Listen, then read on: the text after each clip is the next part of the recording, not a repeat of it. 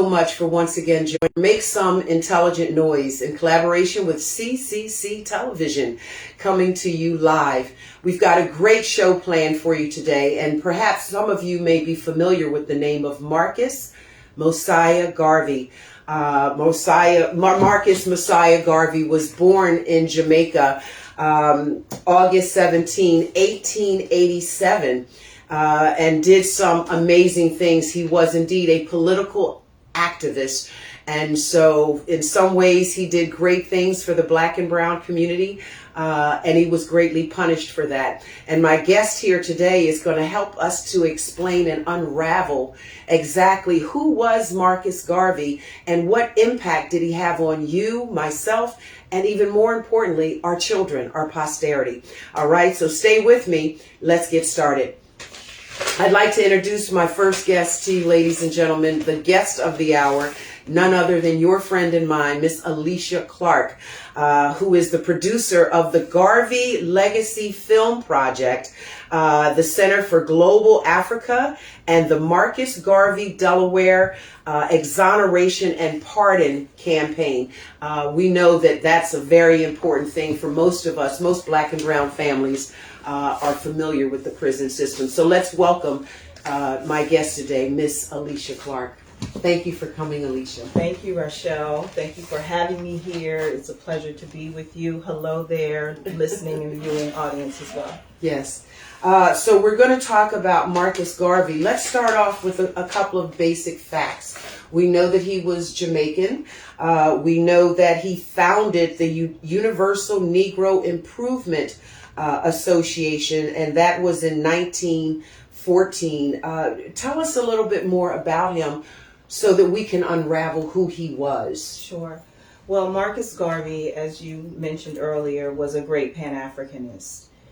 He was born in Jamaica and landed on the shores of the U.S. and more specifically in New York. And in New York, he built a massive movement, a global movement, unlike any other global movement that has happened in the history for black people around the world. He amassed membership towards 6 million people worldwide at a time when there were no cell phones, there was no internet, there was no email, and he built an economic platform for the advancement of black people and people of African descent. He launched the Black Star Line, which was a shipping company. Yes, I want you to get into that a little bit. He launched the Negro Factories Corporation. You mentioned the UNIA movement, which was the Universal Negro Improvement Association. They had chapters all over the United States. There was a chapter here in Delaware that had, I think, close to 400 members, which when you think about that in the early 1900s, that was really impressive. Yes. For there to be that level of commitment. And Garvey was focused on our economic liberation and freedom. The work that he did was so monumental then, and it's relevant today as well. Yes. In so many ways, it's important for young people to understand where you've come from in order to understand where you're going. So knowing these things about Marcus Garvey, to which I think we mentioned earlier, here the city of Wilmington is known as Garvey City. You had a good, interesting response to that. So what was that response? Well, kudos to Richard Raw and the individuals who were part of bringing that to life. There's a flag that is waving at the Peter Spencer Plaza on French Street, downtown Wilmington. So symbolically, I think it's important for us to honor the legacy and the history of someone like Garvey, but that also has to translate into deliverables, outcomes, and progress, economic progress for people of African descent, because that is what Garvey represented. Yeah. Garvey is revered around the globe. I travel in and out of Africa and in the Caribbean.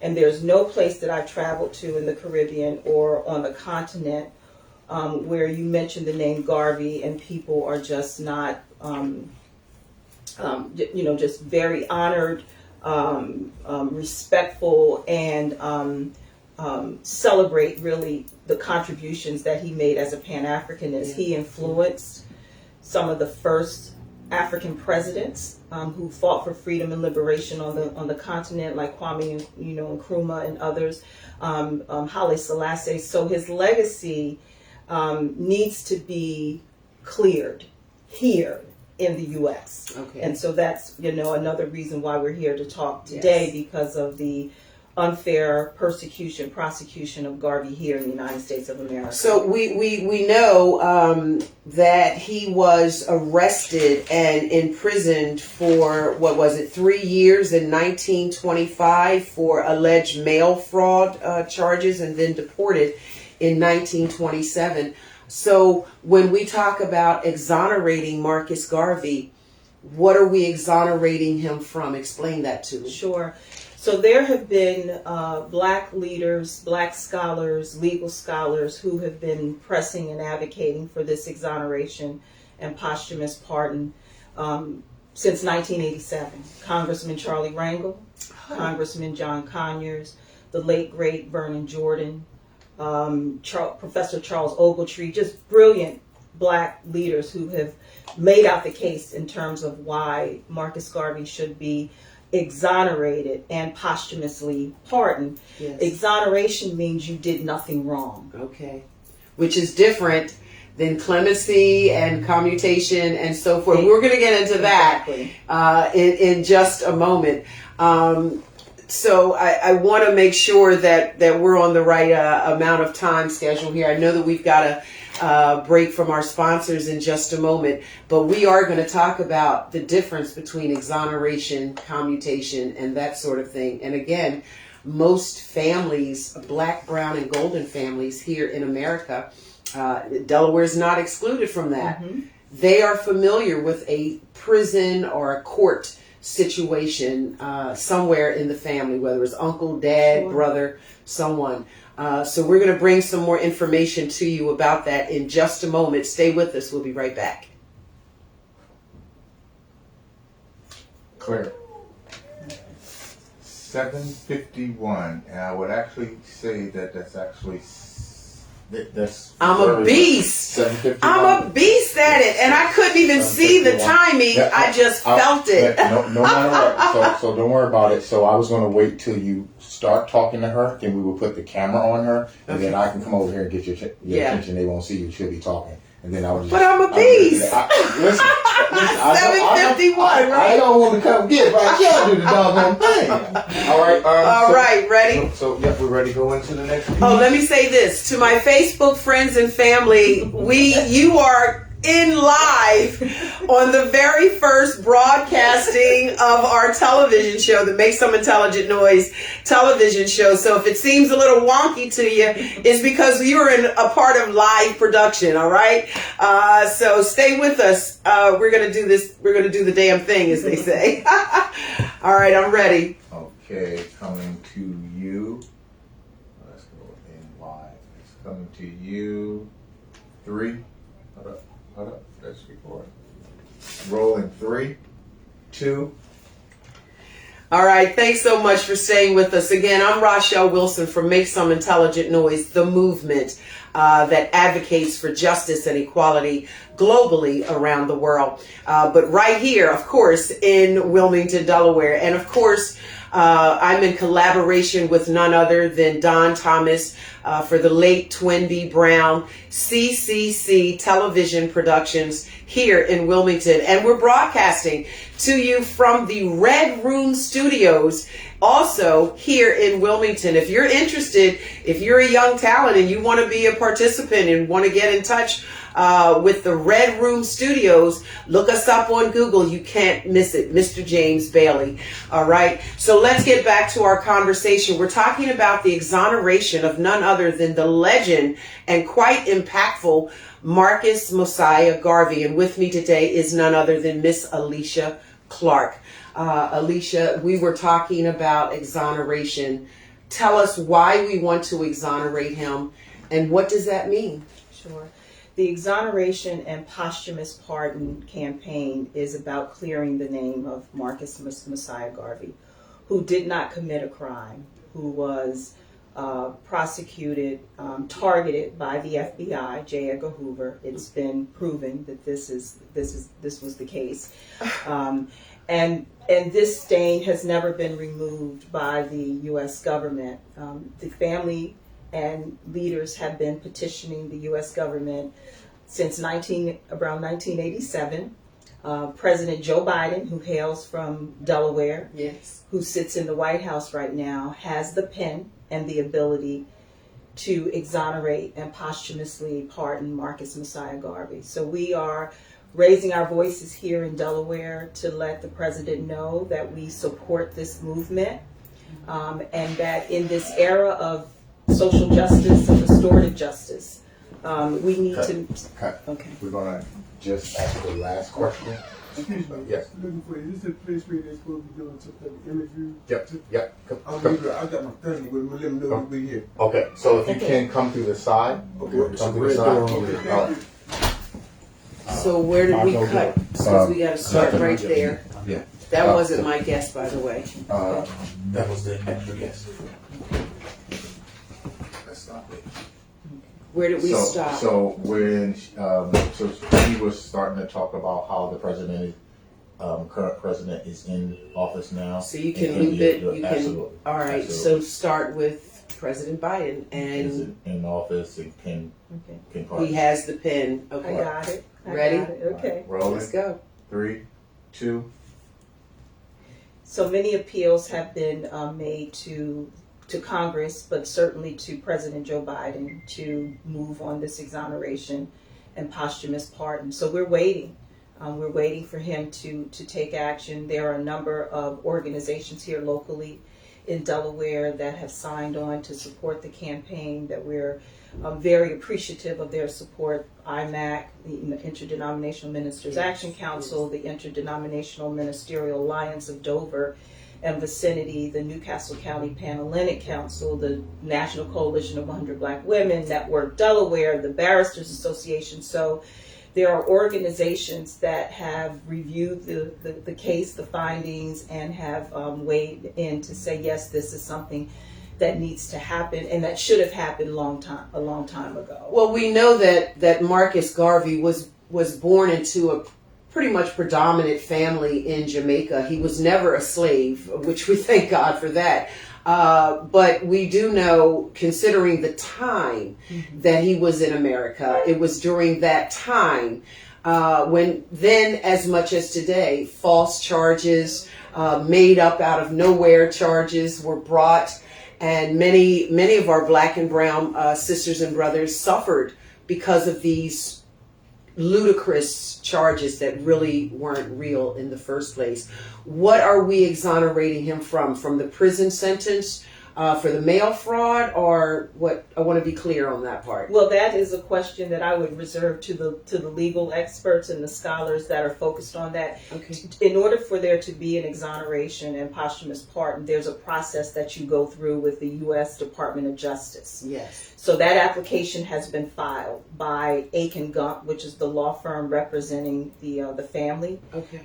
The Department of Justice, from my understanding, has vetted and reviewed the application, and now it is sitting on the desk of the president waiting for signature. Okay. Now, this is not the first time this application has been submitted. It was submitted to President Clinton. It was submitted to President Obama, who did not move on it. Oh my! As well. So there's a history. Very disappointed in hearing that. Oh yes. Oh yes. I'm very disappointed about he did that. not move on that. But Biden, who has proclaimed that he is committed to addressing these historical injustices, and we have seen some of the action that he has taken as President of the United States. And as he leaves the White House, this is a monumental global action that he can take that will really cement, I think, his legacy as standing true to his word. And it's also important because Garvey,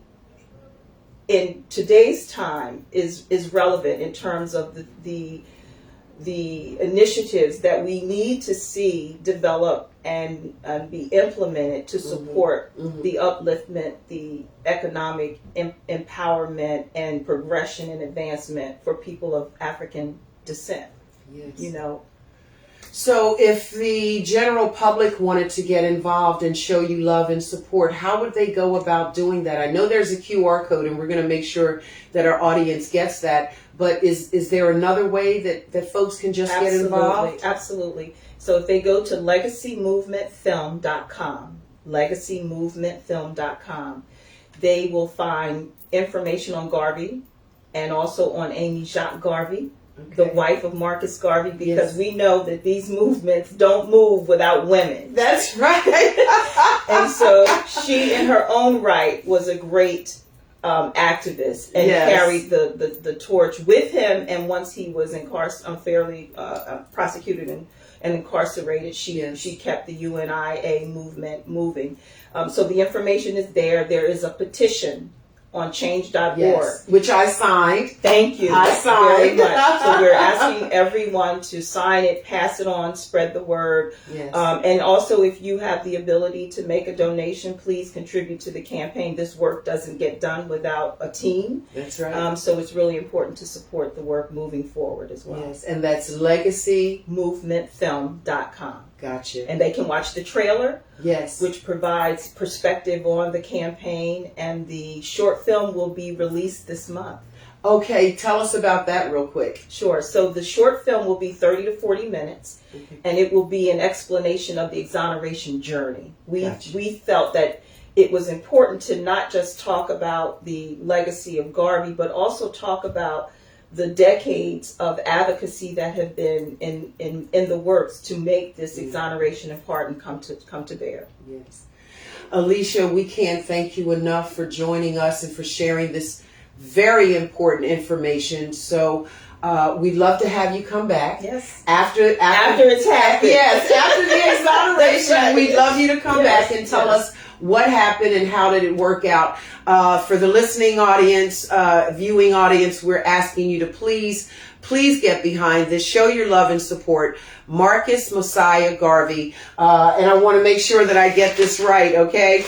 Alicia Clark, producer of the Garvey Legacy Film Project, the Center for Global Africa, and Marcus Garvey Delaware Exoneration and Pardon Campaign. Please get behind her, sign the petition, and show your love and support. And make your donations. We really appreciate it. I'm Rachelle Wilson. We'll be right back. Stay with us. Claire. Whoo, we did it. Woman power. I'm glad you put that in there. Let me tell you how good we are. Oh, yes. We've got one more guest, so I'll be back in a few minutes, okay, with my second guest for part 2 of the show.